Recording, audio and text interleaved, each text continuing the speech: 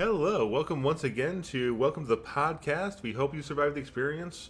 I'm Pete, I'm Mike.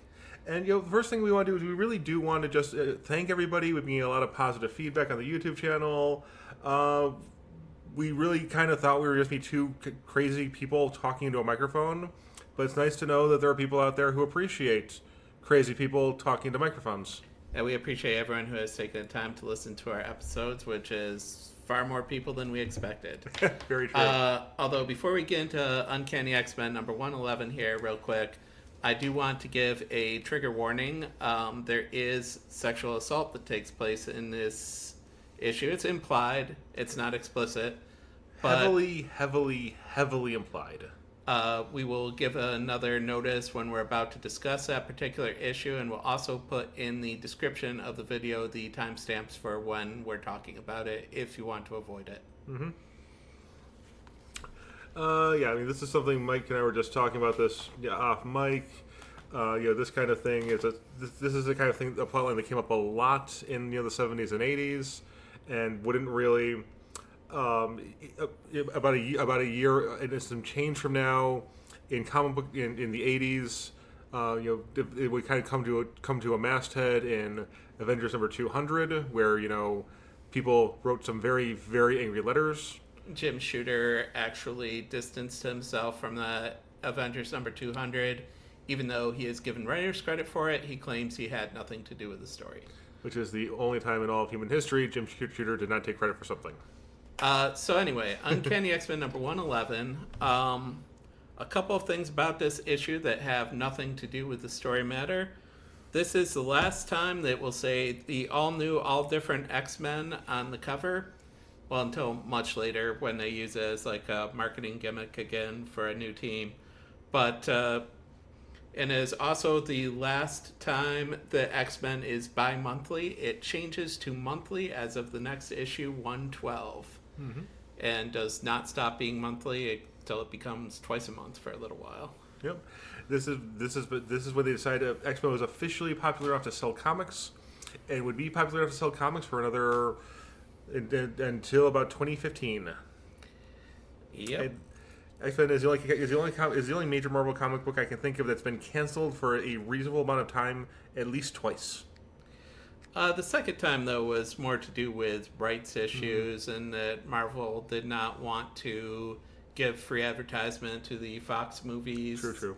Because they also kind of sidelined the Fantastic Four at the same time. Mm-hmm. And as for the comic proper, we start out with a face that, if your only knowledge of X-Men comics is this podcast, a face that we have not seen before, that would be Hank something or another McCoy. The Beast was one of the original X-Men, and as it mentions here, he used to look like a normal human, but was the first one to go through a secondary mutation, which turned himself blue and furry. Unlike the other original X-Men, he wasn't really involved in the events of Giant Size X-Men number 1 because he was busy being an Avenger. Which at this point was an upgrade from being an X-Men, and now probably not. Definitely not in the 80s. So the first thing that we see, so Hank has a big, oh my god, I can't believe this look on his face. We move to the interior splash page. It is Banshee in a very smart green suit, with selling tickets to a freak show starring Storm, Nightcrawler, Wolverine, Colossus, and the Phoenix. We discussed this earlier. The Colossus in here has this weird Egyptian type outfit on, and I actually dig it quite a bit. I think it's really awesome. Nightcrawler, meanwhile, is the only one who continues to have his normal X-Men outfit on. Mm-hmm. I think that Mesmero didn't have time to play... Oh, sorry, didn't mean to spoil the villain. Whoever has done this to the X-Men didn't have time to play dress up for Nightcrawler. Everyone else is relatively normal proportions except him. Yep. Now, what I found interesting down here is there are some people just randomly complaining about how awesome Storm's hair is. Yeah, and they're also very much objectifying Storm, who's just standing there. Yeah. And Beast, as he's going through, he's like, you know what? I really don't know the X-Men. That's kind of my fault. Even though I was an original X-Men, I have not bothered to know who these people are. That could be Nightcrawler. That could be Wolverine. That might be Storm. But this is not what Storm would do. I know that enough. He does at least seem to have some idea of who Nightcrawler and Storm are. And then he's like, and hairy guy chained to wall with mud and chops. I mean, but that's what Wolverine is at this point. He's just a hairy guy. Who's never had a friend. Never, ever had a friend. God, the Claremontian narrator is just a bully sometimes. And then we get a little flashback to, so apparently this has been, this freak show in Texas has been going on for quite some time. About 10 days, I think they estimate, even though it kind of looks like more than that. Either that or people got a lot more mail in the 80s than I remember them having. But this is useful also because we started in the middle of a scene that we had no idea what was going on. And Beast is going to kind of talk to us about what's going on. Charles Alondra has sent a postcard to his own house. And as Beast goes around, he notices that everything looks like people just literally disappeared. In the middle of breakfast or dinner or something. And he mentions that Avengers have been disappearing, which you would think as an Avenger he would be more concerned with that, but not really. That's part of the Korvax saga that's going on in Avengers, which is not important to the X-Men other than it being mentioned here. Lorna Dane apparently had contacted him and freaking out that Alex Summers mentioned, has disappeared. So Beast is like, I'll go to the X-Mansion and try to figure out more about what's going on with Alex Summers. He goes to Cerebro. Beast can actually use Cerebro in this. Sometimes people without telepathic powers can't use Cerebro, but apparently Beast can. Yeah, it's much less impressive than it will be in I always picture the X-Men movies, the helmet and the big windowless chamber and all that. Here it's just like a really impressive glorified Atari. Yes. But Beast says that with Cerebro, he found out that Havoc is hanging out in Marvel Team Up number 70, in which the Living Monolith has captured him in order to become Living Monolith again. So even in this big, Alex Summers is actually doing something. What he's doing is being a hostage in New York for Spider-Man and Thor to rescue. There was a lot of talk about, the term, being damseled, characters that may not apply to. Alex Summers gets kidnapped a lot. I mean, and mostly by the Living Monolith, but he's... True. He's not relevant to this era of X-Men, so while I could talk about him a lot, we'll just say, check out Marvel Team Up, number 70, just like it says in here. We'll get there. So Beast then goes in to see a gymnastics performance, which features Ms. Destiny. Is that what she's going by? Indeed, yep. He believes that it looks like Jean Grey, but it's from a distance. She is wearing a impressively tiny performance gear, I guess. I want to say it's a leotard. There's no way that legally counts as a leotard. But, acrobatics shows in this era, like in the real world even, were meant to be kind of sexy, so... Or also you could make the argument that it makes you more flexible if you don't have clothing constraining your body. Fair enough. He believes that she's going to fall to her death. And then she just gently floats to Earth. Ms. Destiny. And Beast at this point is like, yeah, I'm pretty sure that's Jean Grey. I've seen her use her telekinesis before. I know what it looks like. I now finally believe this likely is who I'm looking for.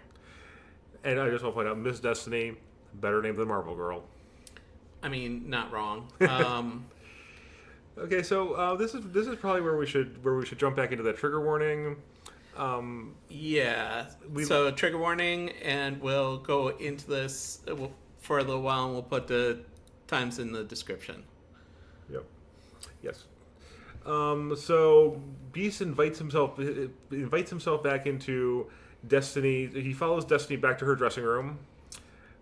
And she has said that she has the door open because she likes meeting fans.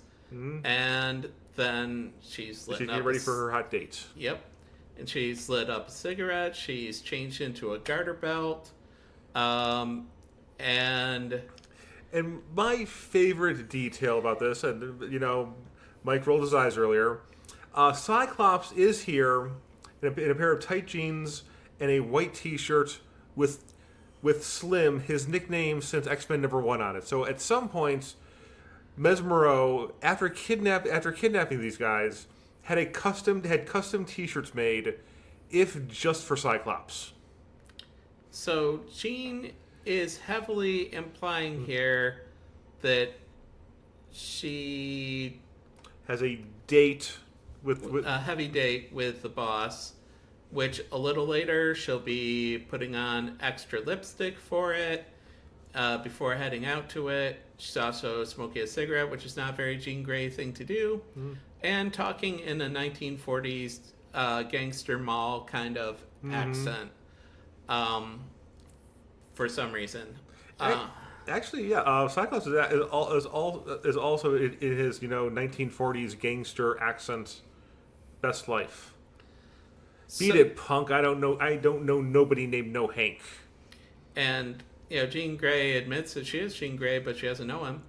And so here we are with Jean Grey freaking out that he looks like a monster. Beast punches Cyclops, which notably, punching Cyclops gives the foom sound effect, which stands for Friends of Old Marvel. And knocks him back at least 30 feet. I think that, let's just say that we know that the X-Men are mind-controlled.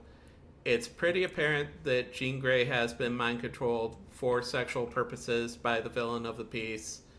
And that was a thing that Fiction of this time had going on and was not considered a big deal until much later, well, actually a couple years later, Avengers number 200 got all the backlash.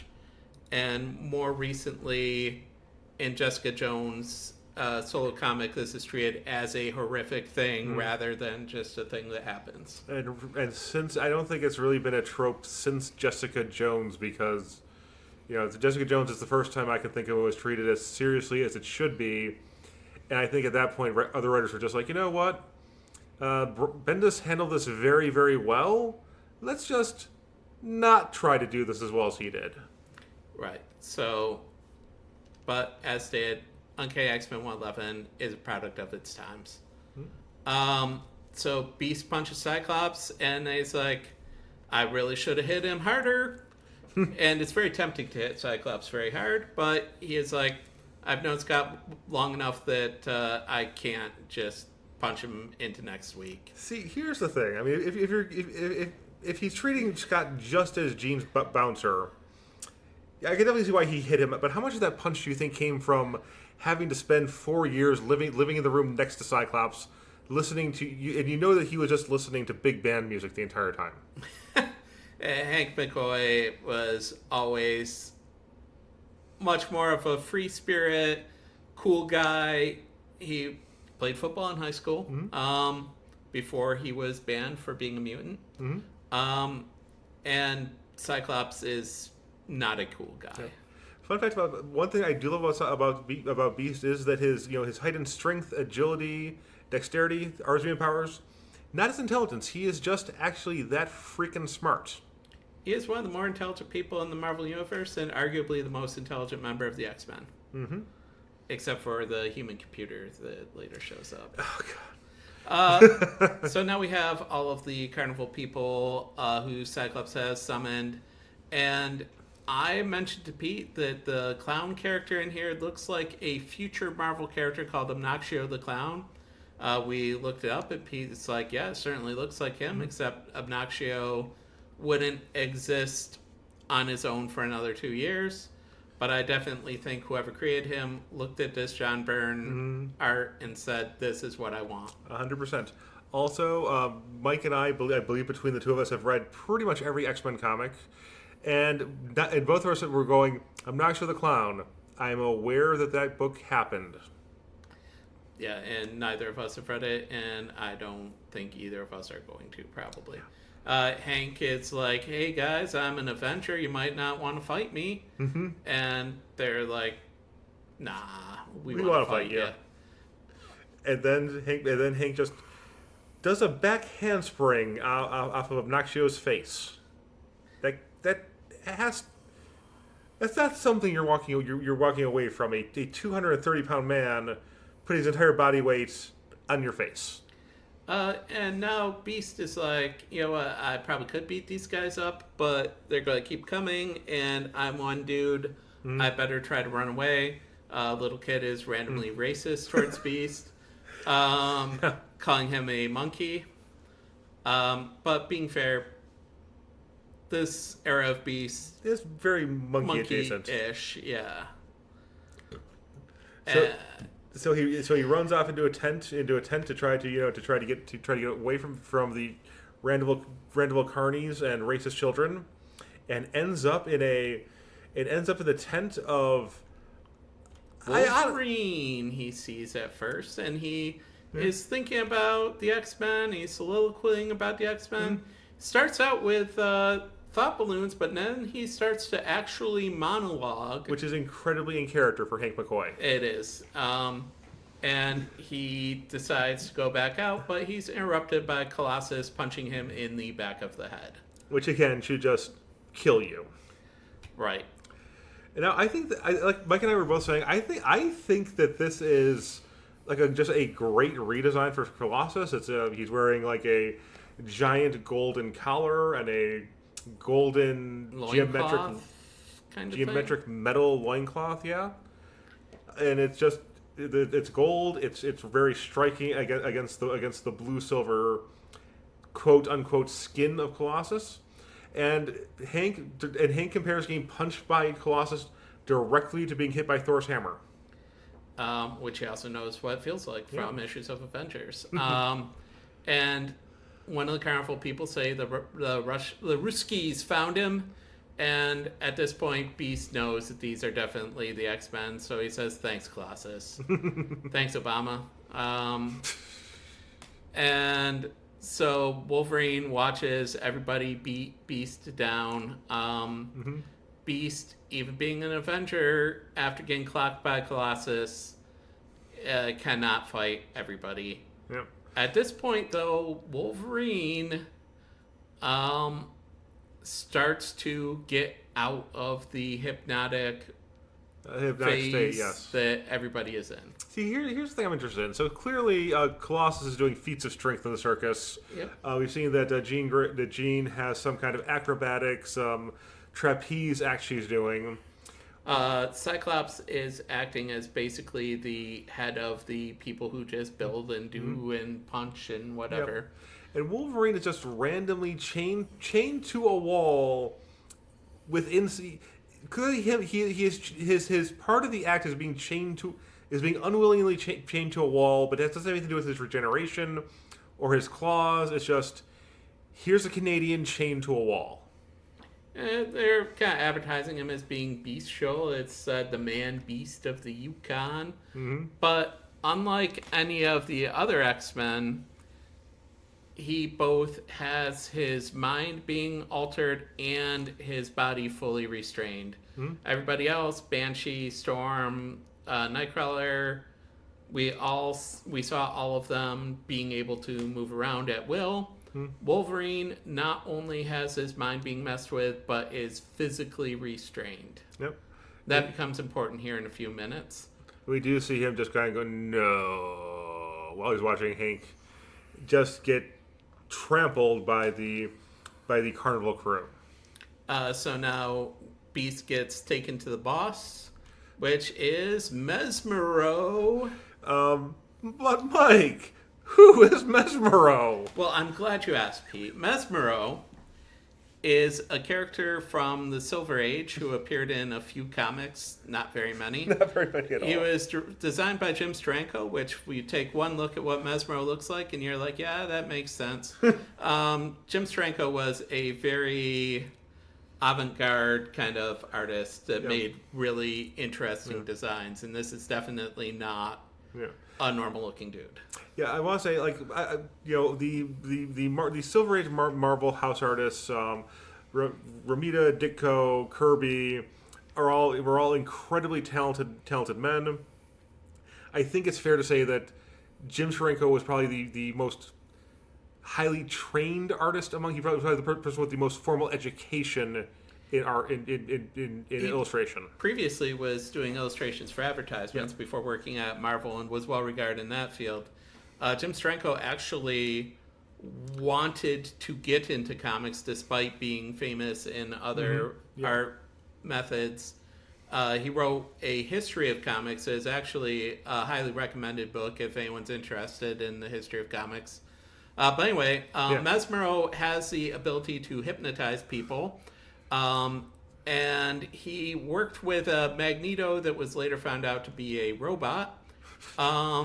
Also, he was the person who made Lorna Dane into Polaris. Lorna Dane, who shows up a couple of times and will show up a little more later, Alex Summers' girlfriend. Also, her mutant power is having green hair.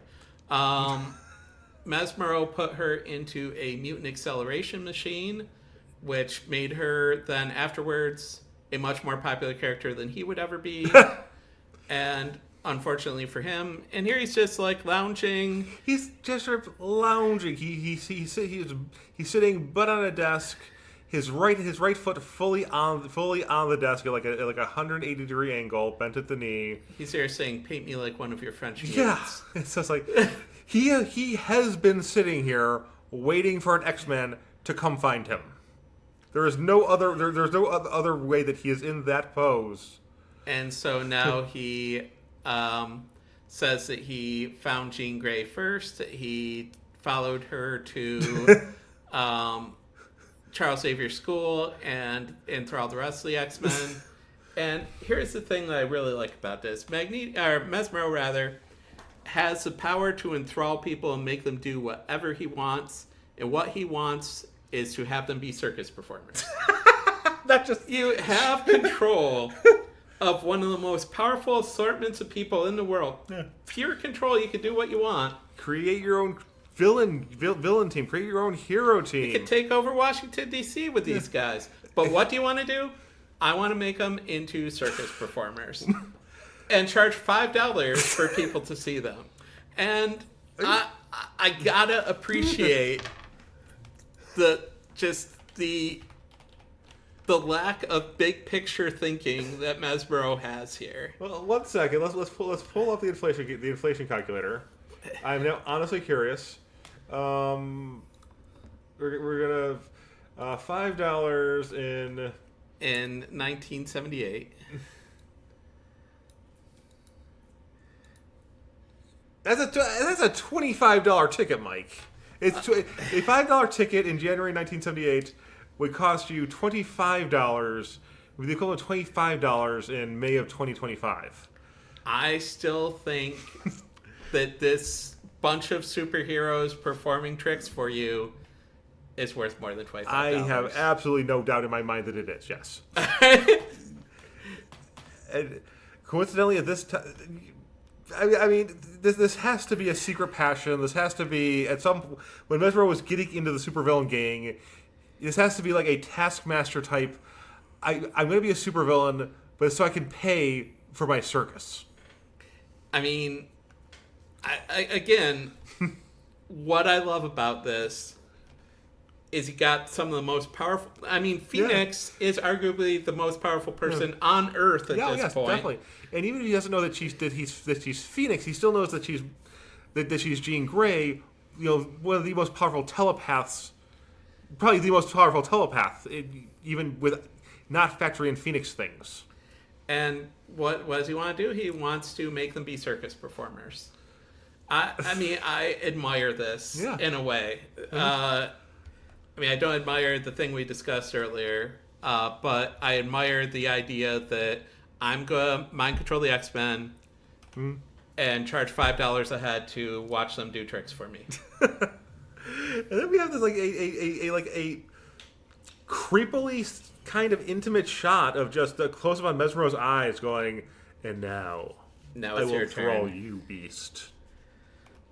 Which is incredibly even more unsettling considering the things we've talked about earlier. But now Wolverine, we mentioned that unlike the other X-Men, he is also physically restrained. And it's the combination of physical and mental torment, especially after seeing people beat up Beast in front of him. And Wolverine, as we always know, likes to get into fights. He works really hard and has a measure of super strength here because it says that the steel holding him is supposed to be unbreakable, but Wolverine needs to be free and forces himself to break the chains, which I suppose if you have a healing factor and you don't mind that you're going to have to heal muscles and bones afterwards, it might be possible to break quote-unquote unbreakable things. I mean, they say that the only thing stopping us from flipping over cars left and right is the fact that, our subconscious minds know, it will shred all our ligaments. Yep. So Wolverine can heal his ligaments, thankfully for him, so he is able to break free here. Now, one thing I actually noticed here, so this actually, it's the Assault on the Hellfire Club is issue 130, right? 129. 129. Yeah. This actually reminds me a lot of the sequence of Wolverine's solo sequence, and that happens in 133, and that is an amazing sequence. Yeah. But yes, it's very much like that. In that here he grabs random guard dude with an assault rifle and says, "You're going to tell me what I want to know." And he says, "I'll count to 5, and I'll pop my claws." The guy's like, "No, you're not." And he's like, 1, 4, 5, and the guy's like, "Oh, wait." No. I remember something. Maybe I'm not going to bluff with a man who has unbreakable claws. And every reason to use them right now. You haven't killed anything in several days now. So Wolverine comes to Jean's defense, and but not before taking time to put on his Wolverine costume. I don't know where his Wolverine costume came from. So in order to get Jean to join him in the land of no longer being hypnotized, he makes possibly a potentially fatal flaw. He slaps Cyclops for good measure, because who doesn't want to? We all do. But then he slaps Jean, and she's not coming out of it. So he's like, I'm going to have to keep slapping her until she snaps out of it. And then on slap 3, she just goes full Phoenix. And I'm not sure why Wolverine is not a puddle on the floor at this moment. And Jean, I think, even when she comes out of the stupor, is like, oh my God, did I turn him into a puddle on the floor? oh, okay. He's still a solid. Okay, good. Don't want to explain that to the professor. Right. And so even Wolverine's like, that hurt. And Wolverine doesn't like to admit that anything hurts. Except not having friends. The true pain of Wolverine.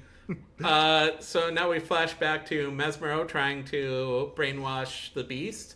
And the Beast is resisting. But it's not easy. So it's important to note that Mesmero, in his soliloquy, took the rest of the X-Men by surprise. Beast, he has not taken by surprise. He did his "before I kill you, Mr. Beast, I must explain the entire backstory of why I am here." And if he had just whammied the Beast, the next 50 years of X-Men comics probably wouldn't have happened. This is the closest I have seen to the X-Men being taken off the table permanently. Yep, but instead he had to talk about how much he loves the circus. So the Carnival Roustabouts come in to say, like, hey, the rest of the X-Men are starting to get back together. Mesmero is distracted. Beast uses that distraction to take the two goons who are holding him down to beat them up with each other. just smacks them together, and yep, here comes Beast ready to fight Mesmero, and he's like, I'm just gonna hit you 1 or 2 or 3 times, and then a secret off-panel person takes out the Beast. Now, before we do that, I just want to point out that Beast directly uses the line, "You've had your shot, pal. Now it's my turn." And I want to take a tally of how often that exact wording comes up, because I know it comes up fairly often. Oh, all the time. Yep. That's a Claremont phrase if I ever heard one. Yep. Now, as Mike was saying, there might possibly be a mysterious person behind Mesmero and Beast. But first, all of the X-Men have their costumes back somehow. And I can't help but think, I really can't help but think the Colossus is a downgrade. It definitely is. And Banshee doesn't have that cool hat. And no, I mean, Colossus is the only true downgrade here. Yeah. Phoenix makes sense because Phoenix in 101 pulled that uniform together out of nothing. Mm-hmm. Nightcrawler makes sense because they did not find any circus clothing for Nightcrawler. They just kept him in what he was wearing. But Cyclops, Wolverine, Colossus, Banshee, Storm, I have no idea where their clothes came from. I mean, presumably, we agree. Did Mesmero just have like a little chest of X-Men clothes labeled X-Men clothes somewhere? I don't know. I don't know. Wolverine did make that guy tell him everything. Yeah. Which might also have included where the X-Men clothes are. we don't clearly Mesmero has an impressive internal life. He always wanted to be a ringmaster.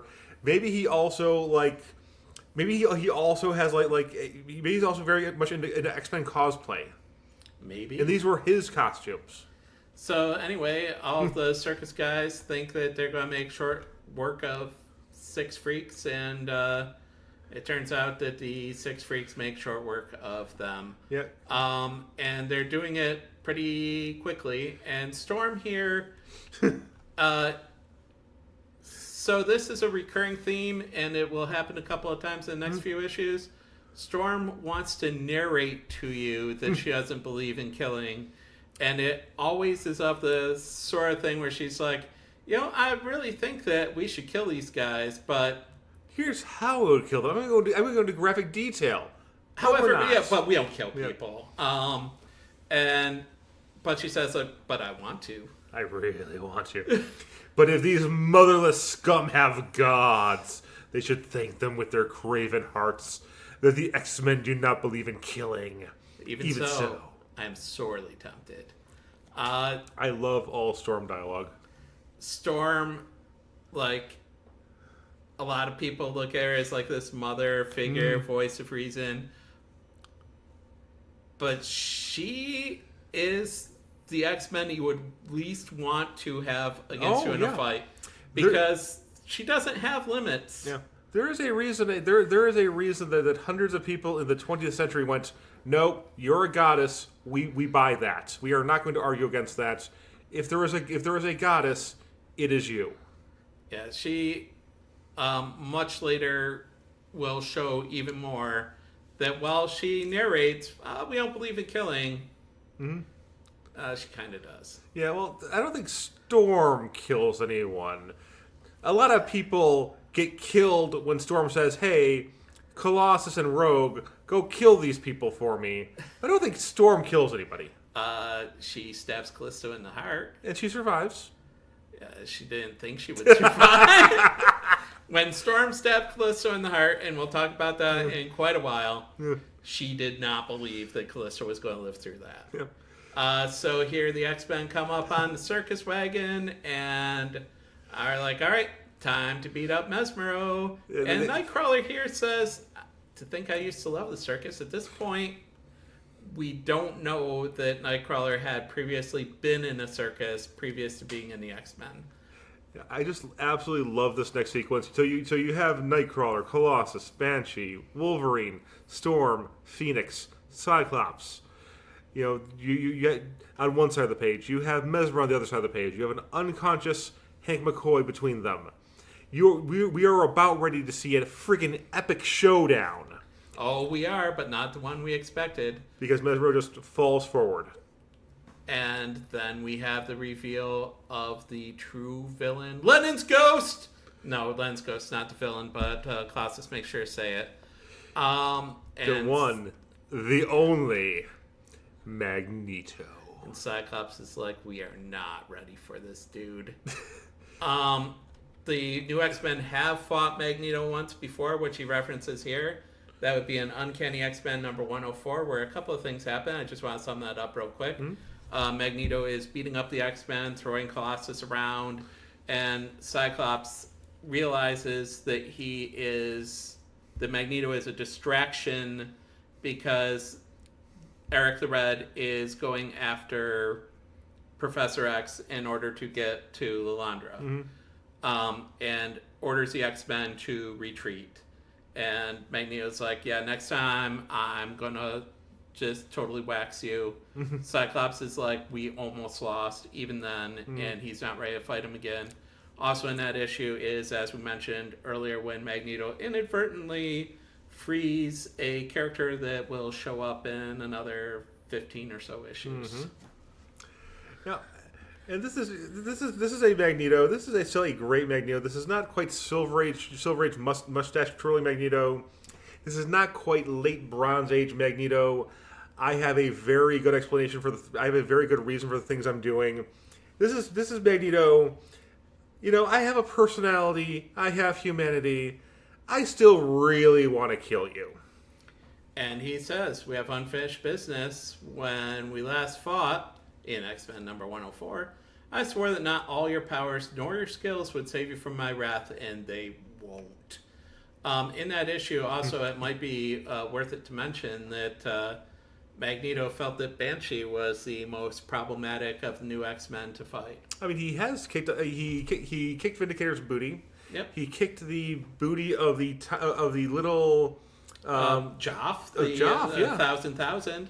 Honestly, so far, I mean, we know that, you know, Colossus will go on to lift up planets, and Wolverine will regenerate from single drops of blood. But from what we've seen on paper, Banshee is the baddest of this group. It truly is. So last page, cliffhanger of Magneto triumphant. And I also want to say one of the things about this issue is that from here, X-Men has an uninterrupted story for here pretty much until the end of the Byrne run. Every issue leads into the next issue, and one thing that Claremont and Byrne were extremely good at, and that we see here for the very first time, is saying, I need to buy X-Men number 112. Yes. I was reading this from a trade paperback, and I was like, you know, no, I need to see the next page. Yeah. I can't imagine. And this was still the 2 month with a 2 month. This was the very last. 112 comes 2 months after this, and it feels cruel to make someone in 1978 wait 60 days to see what happens after this, because I want to read it right now. Yeah. Also, this is an incredibly cool show. I will be putting this up on the YouTube video. I'm slowly getting the hang of video editing. This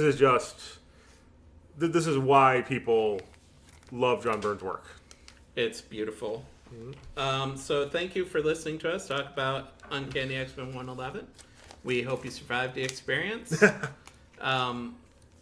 Poor Mesmero we'll get to what happens to Mesmero later. Okay. And this is Pete and Mike signing off for now. Thank you, and we'll talk to you next time. Okay, we're down to 38. 38 minutes. That's not bad. 39. Yeah, 39 minutes. What the hell? Well, stop. Why won't it stop?